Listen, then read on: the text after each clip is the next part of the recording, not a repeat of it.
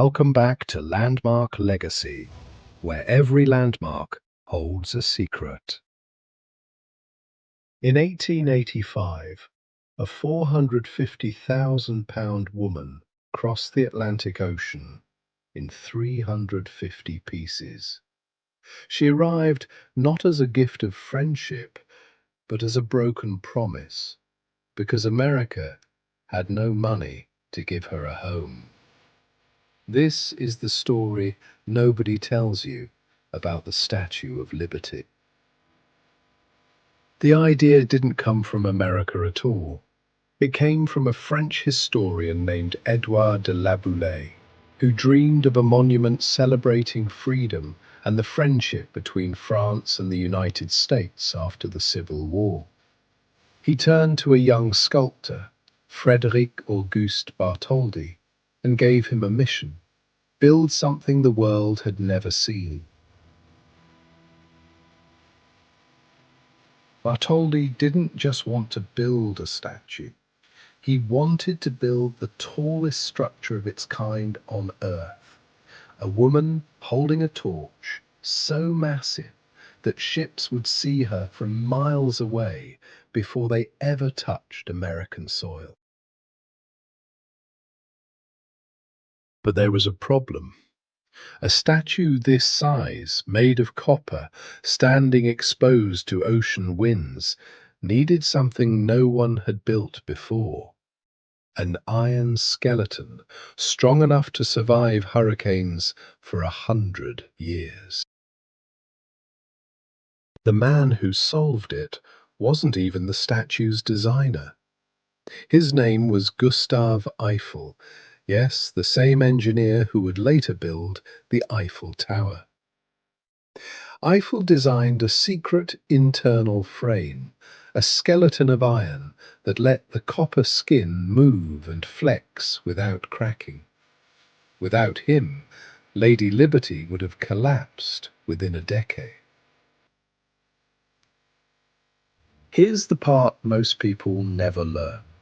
France agreed to build the statue, but only if America built the pedestal, the giant stone base she would stand on. And America simply didn't pay.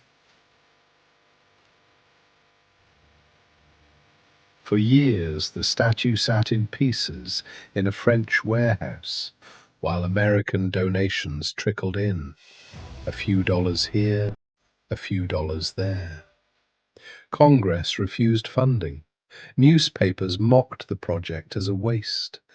It looked like Lady Liberty might never leave France at all.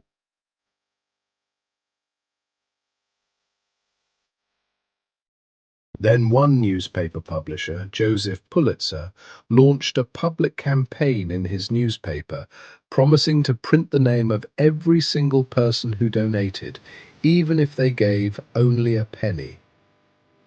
Over 120,000 Americans responded. School children emptied their piggy banks. Immigrants gave their last coins. In 5 months, they raised enough money to finish the pedestal.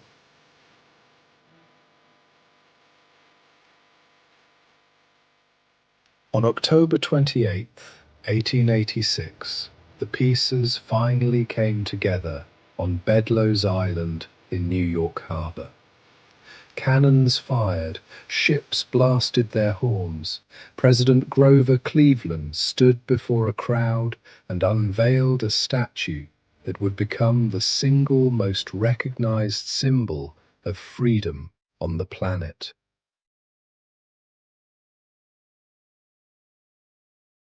But here's the twist. The statue wasn't originally meant to represent immigrants at all.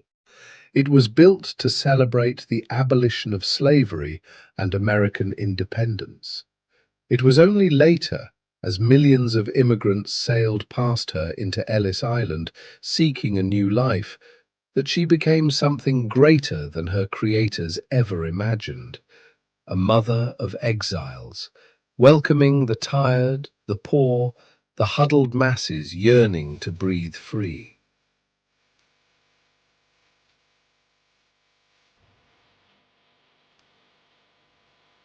Today, over 4 million people visit her every year. Most don't know she was almost never built. Most don't know a newspaper saved her. Most don't know her iron bones were designed by the same man who built the Eiffel Tower. She wasn't a gift that was simply given.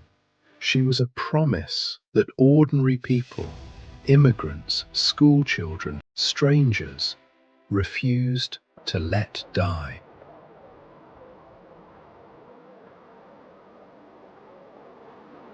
So the next time you see her torch lit up over New York Harbor, remember, she's not just copper and iron.